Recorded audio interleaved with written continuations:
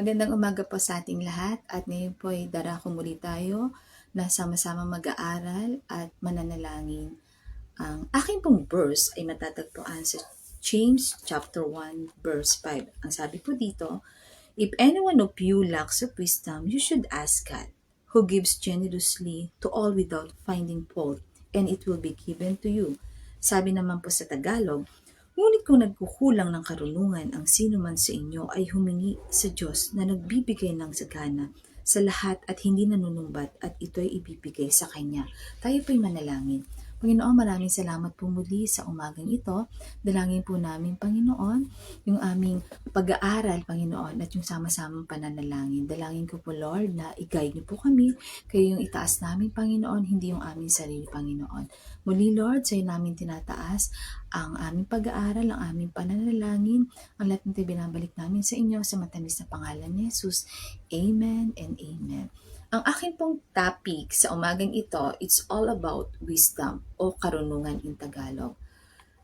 Kapag sinabi niyo pong wisdom, ang una pong pumapasok sa atin dito ay si King Solomon. Tama po ba? He was a famous character from the Bible about wisdom, kung paano ginagamit yung karunungan niya, yung bigay ni God o yung inas niya kay God. Kasi alam ko talaga si Solomon, ang inas niya talaga yung wisdom. Lalo na yung pag makikita niyo yung, o mababasa niyo dun yung dalawang nanay na nagtatalo, kung kanino ba talaga yung bata. Pero God is good that time.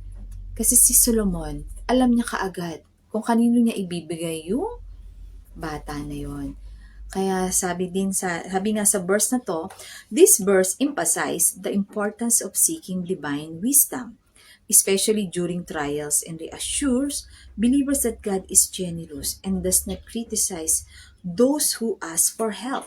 3 puntos lamang po ang ating pag-aaralan at ito po yung number 1, the source of wisdom. Saan ba nagmumula ang ating wisdom o yung karunungan? Saan ba ito nagmumula? Sabi dito sa Proverbs chapter 9 verse 10, the fear of the Lord is the beginning of wisdom. Sabi din sa Tagalog, ang pagkatakot sa Panginoon ay pasimula ng karunungan at ang pagkakilala sa banal ay kaunawaan. Sabi dito saan ba nagmumula yung ating karunungan? Wisdom starts with reverence for God. Ayan, yung not just intellectual understanding. Then sabi din dito, emphasize that wisdom is a gift from God, not something we achieve by human effort alone. Ang ating karunungan ay nagmumula ito kay God. Kailangan mo itong i-ask. Kasi hindi naman lahat ng tao may ganitong pangunawa. At yung karunungan na to ay manggagaling sa ating Diyos. Lalo na kapag dumarating ang tao sa mabigat na mga desisyon sa buhay, sa mga problema, sa mga trials, alam nyo ba ang wisdom o karunungan ay napakalaki na itutulong to sa pagdidesisyon natin sa ating pang-araw-araw na pamumuhay. Kaya, lagi natin tatandaan, ang source of wisdom is coming from God. Then number 2, the value of wisdom. Ano bang kahalagahan ng wisdom? Then sabi dito sa Proverbs chapter 3 verse 13 to 15, verse 13 po, blessed is the one who finds wisdom and the one who gets understanding. Verse 14, for the gain from her is better than gain from silver, and her profit better than gold. Verse 15, she is more precious than jewels, and nothing you desire can compare with her. In short po, sabi sa verses na to, wisdom is more precious than gold or silver. Tama naman talaga eh. Kasi yung kaalaman natin na meron tayo, mas importante to sa mga gold and silver. Hindi mo to mabibili. Hindi mo to, kahit milyonaryo ka pa, kung wala kang wisdom, hindi mo siya mabibili. Ito ay inaas mo kay God. Ano ba yung wisdom na bibili ka ba, magkano ba to, magkano yung halaga niyan? Hindi yan yun eh. Ito ay coming from God. Kaya napakahalaga po ng wisdom o karunungan sa buhay natin. This verse remind us that the key to a fulfilling and joyful life is not an accumulating wealth, but is seeking wisdom and understanding. When we have wisdom, we make better decisions. Tama po ba? We navigate challenges with grace and we cultivate strong relationships. These are the true riches that bring lasting joy and fulfillment. Money can be lost or taken away, but the wisdom and understanding we have gained are things that can never be stripped away. So let us strive to seek wisdom in all that we do, for it is the key to a truly rich and joyful life. Yan. Number 3 na po tayo. Mabilis lang to. Then number 3, the practice of wisdom. Paano ba natin pinapractice yung karunungan na meron tayo? Sabi muli sa James chapter 1 verse 5. God gives wisdom generously to those who ask. Yan. Hinihingi ba natin, pag nagpipray ba tayo, question lang, lagi bang kasama yung pag-ask nyo ng wisdom sa araw-araw? Ako talaga lagi siyang kasama every time na magpipray ako. Sadyang napaka buti ng ating Panginoon kasi every time na may problema tayo, ginaguide niya tayo.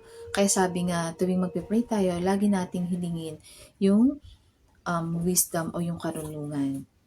Then, sabi, everyone must be to seek wisdom daily through prayer, yan pananalangin, sa scripture, sa ating pagbabasa, and godly counsel. Ito kasi yung godly counsel, marami ka rin matututunan dito.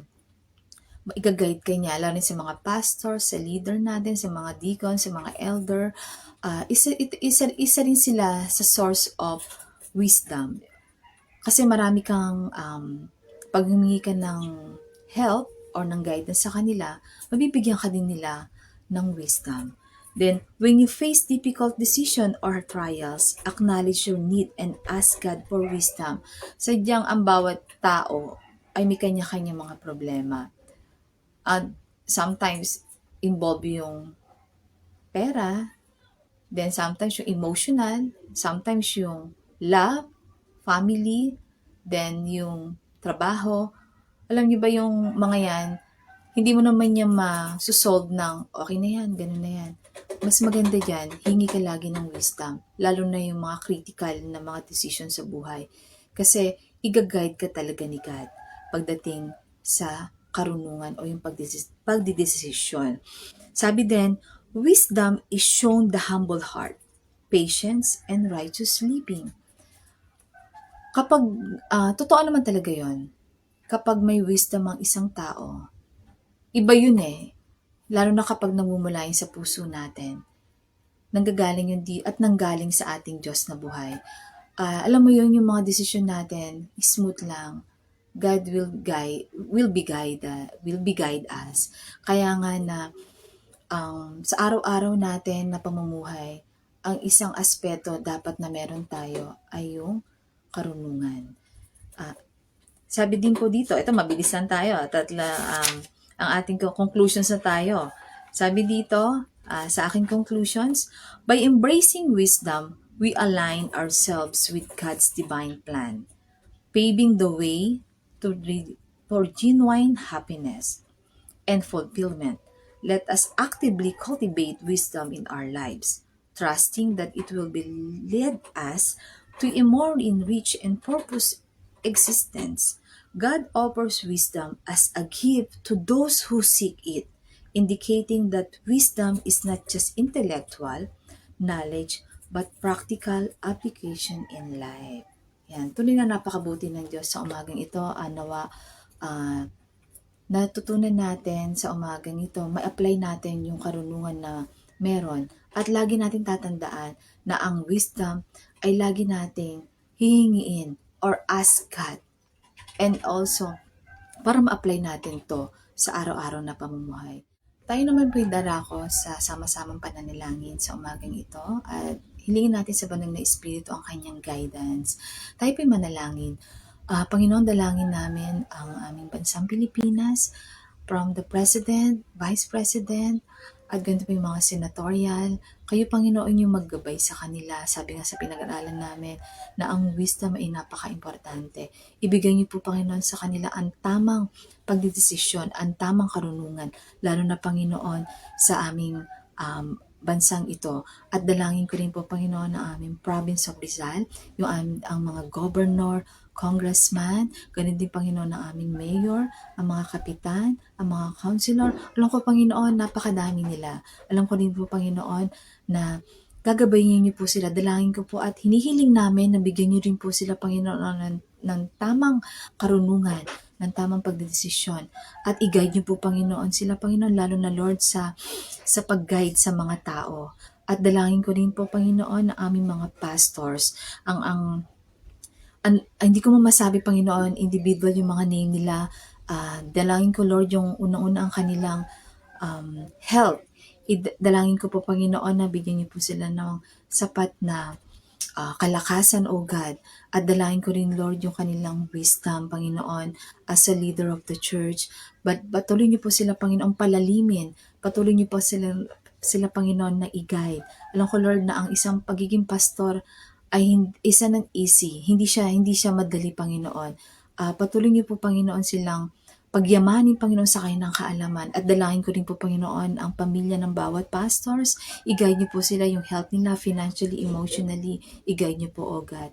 At dalangin ko rin po, Panginoon, ang aming local church, ang aming Pastor Dennis at Pastoraline. Patuloy niyo po, Panginoon, sila ng wisdom. Patuloy niyo po silang bigyan, Panginoon, ng kalakasan. At dalangin ko rin po, Panginoon, na i-guide niyo po yung kanilang pag-handle o pagiging leader sa aming church. At dalangin ko rin po, Panginoon, yung lahat ng leaders ng aming church, ang lahat ng member, O God, at doon din, Panginoon, ang mga family, O God, ng Door of Faith Church Lunsad. Dalangin ko po, Panginoon, na i-guide niyo po sila. At alam ko, Panginoon, na kayo yung patuloy na magbe-bless.